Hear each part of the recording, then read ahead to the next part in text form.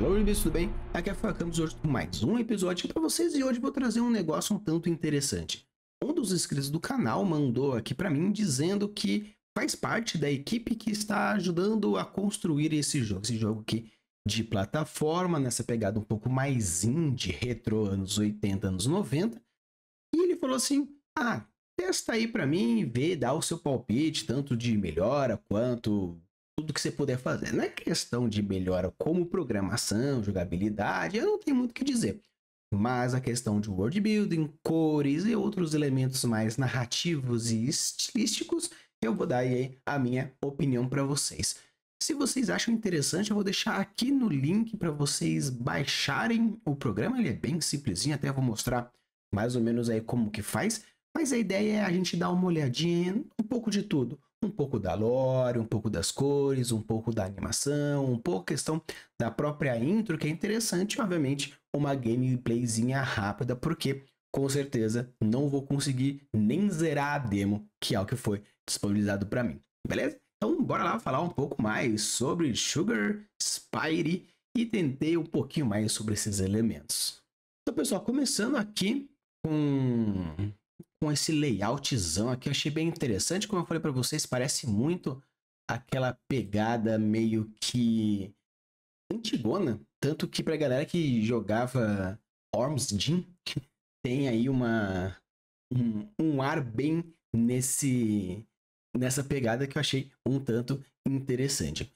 E é legal porque você vê aí diversos elementos, tanto que tem uma pegada de arte meio uma mistura de paint, mas uma mistura também de uma pixel art um pouco mais detalhado. Eu não saberia dizer a questão tanto de elemento de arte propriamente dita, mas eu achei bem interessante o estilo. Porque o estilo, como eu falei para vocês, tem um estilo não apenas uma pegada indie, porque se a gente fala só por indie, a gente tem Nine Souls, a gente tem Stardew Valley, a gente tem aí diversos jogos com temáticas, estilos e artes diferentes. E aqui não apenas tem essa pegada indie, mas também tem essa pegada bem retrô, né? Que eu acho que é um dos pontos mais importantes. E é legal porque um jogo que fala sobre alguém do jogo, esse Inception aí, eu acho isso bem legal pela retroanimação. O interessante é que o jogo tanto tem uma galera que mexe, que é brasileira, quanto uma galera que não é. Mas o que é interessante é essa interdisciplinaridade juntamente com esse internacional. Então, legal, nós temos aqui um pintor, o pintorzinho aqui, chamado de O Pintor, The Painter. E aqui a gente tem um pouco da historinha que fala um pouco, né? Hailing, ele é de uma cidade rural, né? Do oeste da França.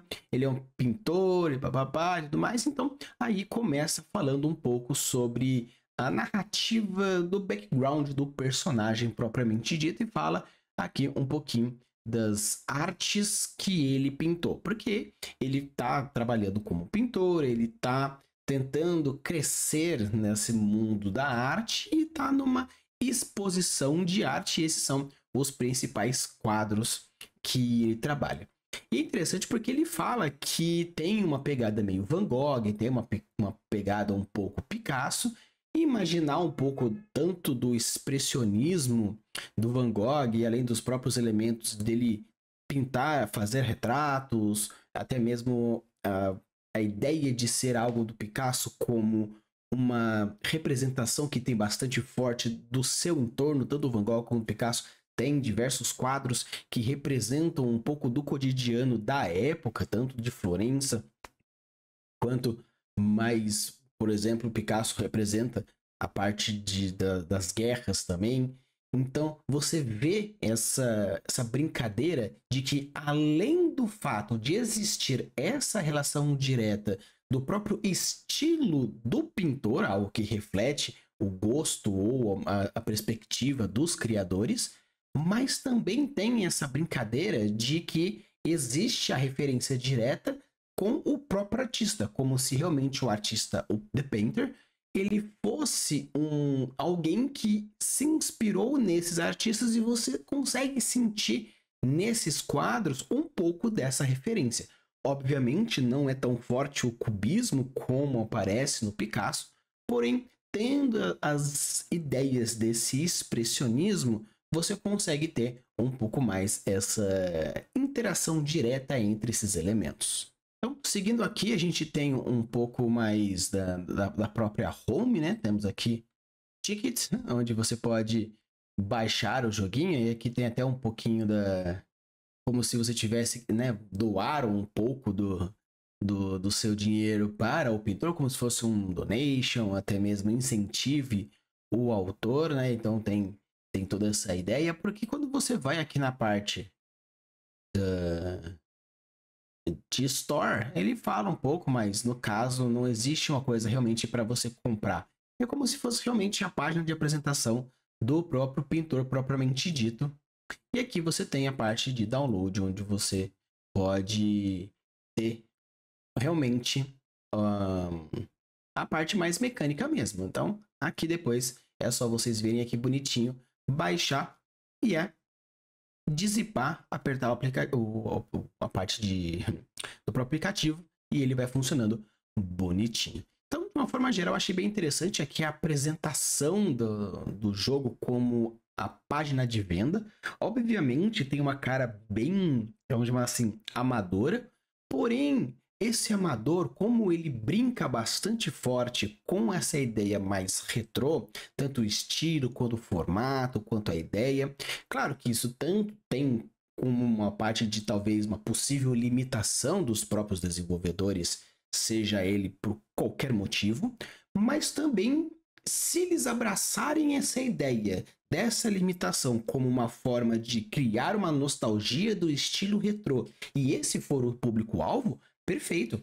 Porque não necessariamente o que é velho, é limitado, necessariamente é ruim. Porque a partir das limitações existe, obviamente, as formas de se fazer.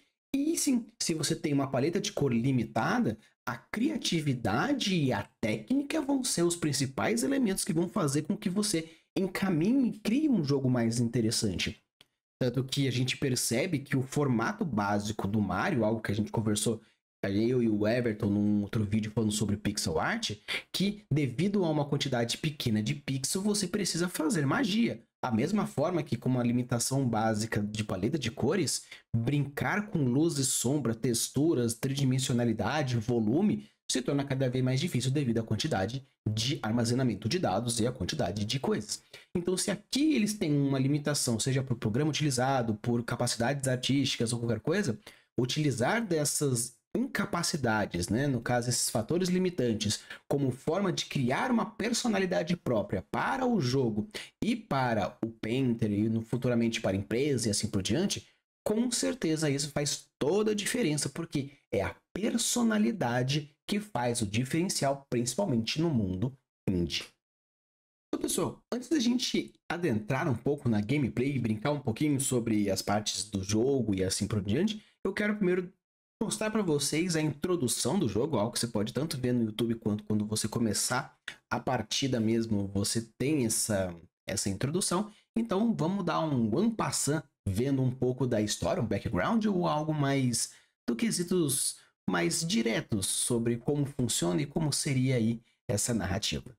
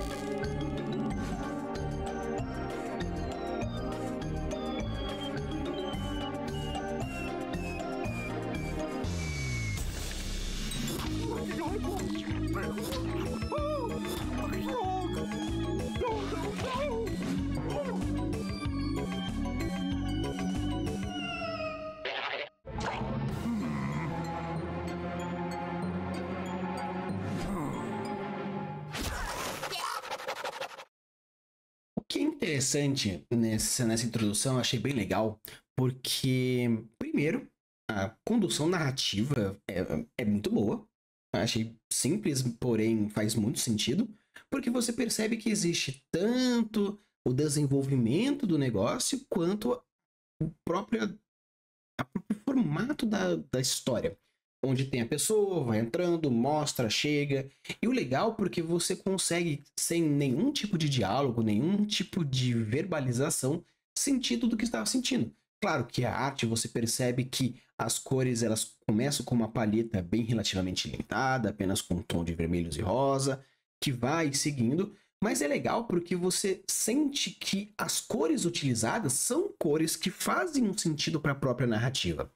De uma forma geral, passar aqui rapidinho alguns trechos importantes e interessantes, né, que a gente já vê aqui de uma forma geral, onde tem aqui no cantinho aqui embaixo mostrando essa ideia do rascunho da não profissionalidade do próprio pintor, né, mostrando aqui a exibição de hoje de noite.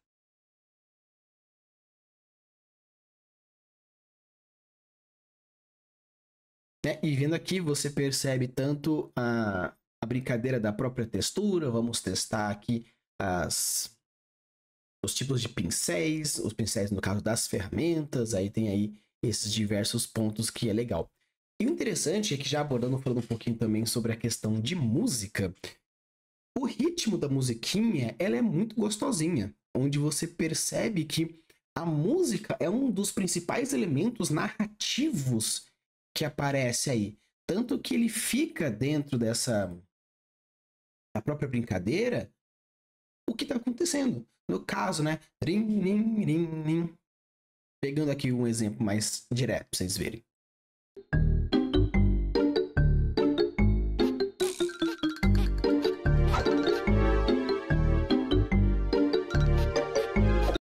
Então vocês percebem que existe, né, o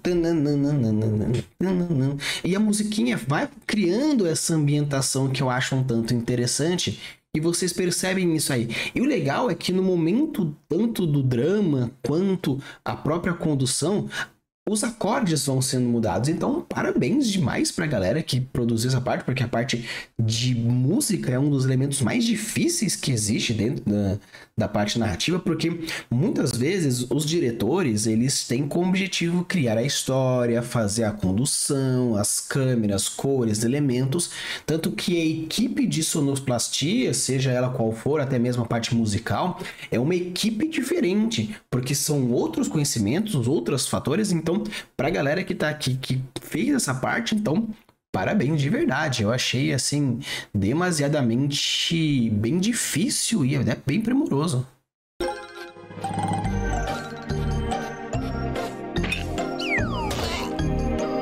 E até a própria parte que eu falei, né?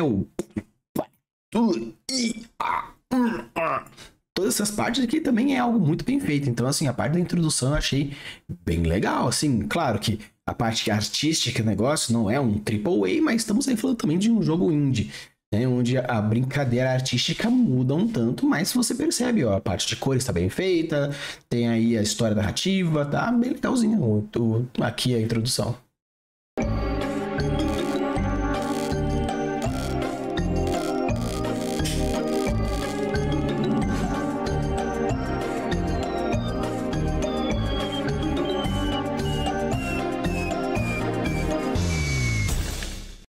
Então você vê o acorde indo acelerado, criando essa tensão.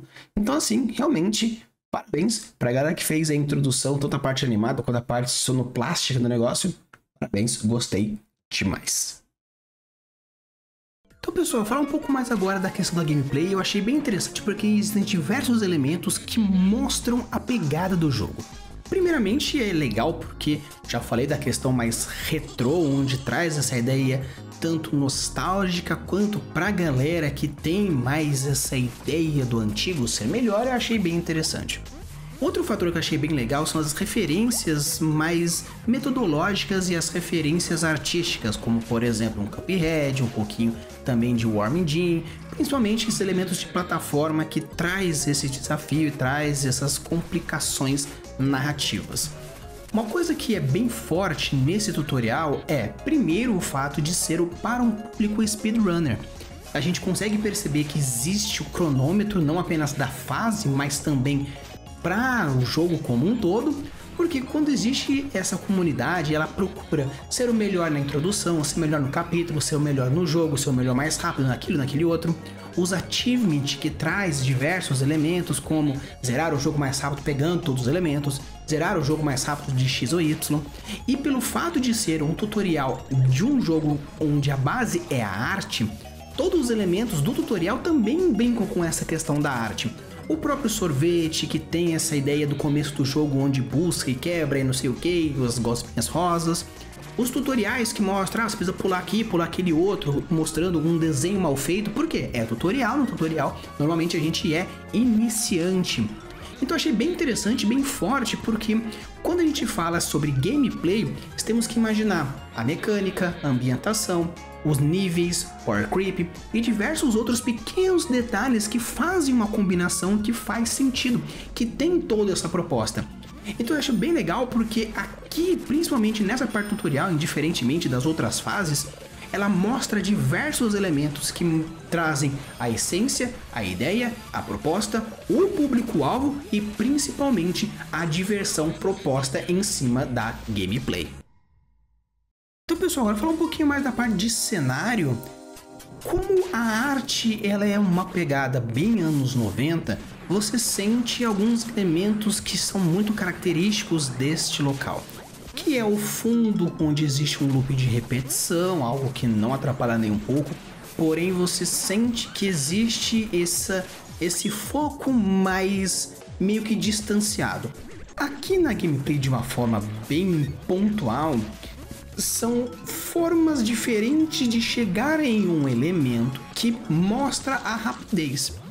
E o interessante dessa historinha é que, como você estragou o quadro do pintor lá na introdução, encontrar as gosminhas que estão em diversas localidades faz com que você consiga, entre aspas, recuperar cada uma dos quadros a partir dessa identificação e esse encontro aleatório, bem entre aspas. Então achei bem interessante porque quando a gente fala de uma speedrun pela speedrun dentro de uma plataforma, o objetivo é chegar mais rápido e colocar diversos níveis de desafio, tanto em diversos níveis mesmo, quando a gente fala de um nível mais mediano, um nível mais baixo, mais embaixo, mais em cima, degraus de diferença, além dos níveis de dificuldade de fase propriamente dito.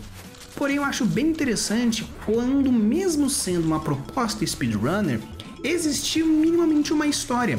E aqui existe um pouco dessa história que faz com que fique um tanto divertido ver, não apenas o jogar. Porque quando a gente fala simplesmente um jogo de plataforma por plataforma, o objetivo é você chegar do outro lado, recuperar alguma coisa, resgatar alguém. E aqui, em tese, a história principal tem como objetivo recuperar os quadros destruídos. Não recuperar eles fisicamente devido ao fato de não terem se perdido, roubado, mas sim recuperar a arte que foi roubada por aquelas gosmas anteriormente mostrada na parte da introdução.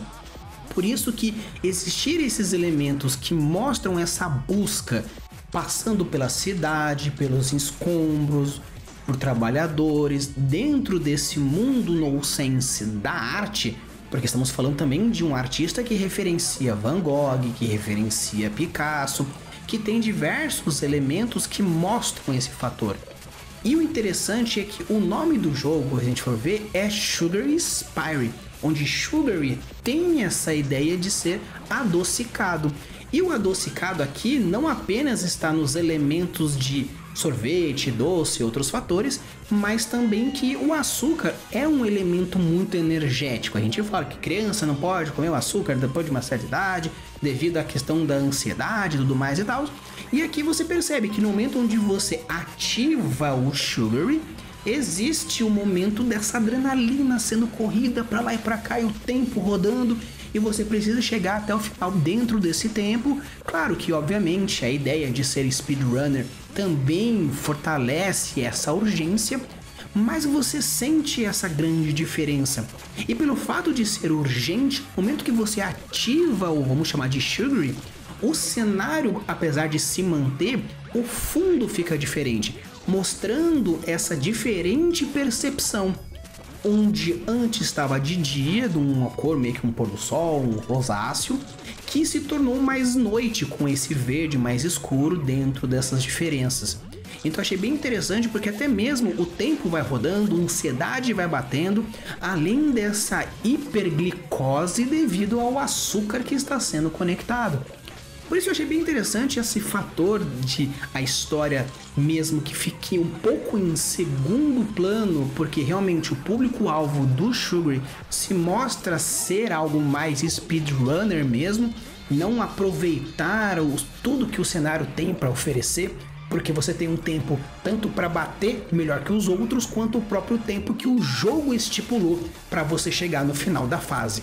Então, nesse quesito narrativo eu sinto que peca um pouquinho, mas considerando simplesmente o público-alvo que é jogadores de plataforma speedrunner, a parte narrativa pouco me importa, porque muitas vezes existem diversos jogos que o objetivo é gerar o mais rápido possível, nem que você tenha que gritar o máximo possível fazendo com que quebre o jogo de alguma forma. Claro, existem alguns speedrunners que sim, têm a modalidade zerar o mais rápido possível fazendo o jogo propriamente dito, ou não tomando hit, ou não fazendo alguma coisa, mas vai de jogo a jogo.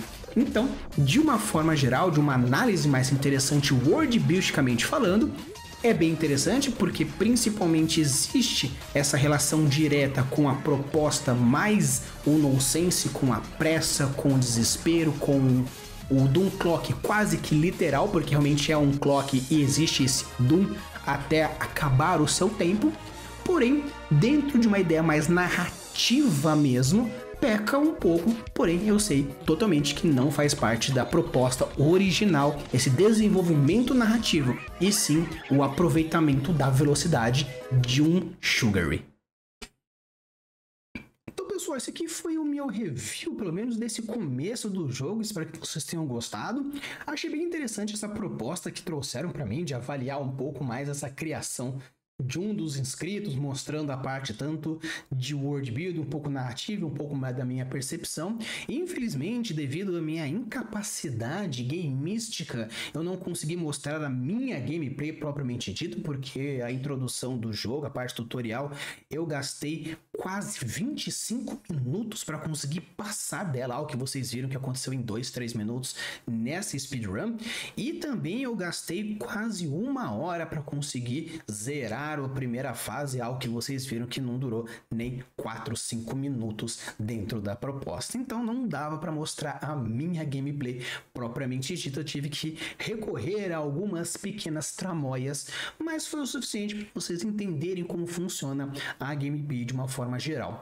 Espero que vocês tenham gostado. Se você chegar até aqui, deixa o seu like, se inscreve no canal, porque eu trago aí diversos elementos diferentes, diversas análises de conteúdos diferentes, 3 vezes por semana, onde a gente vai brincar bastante.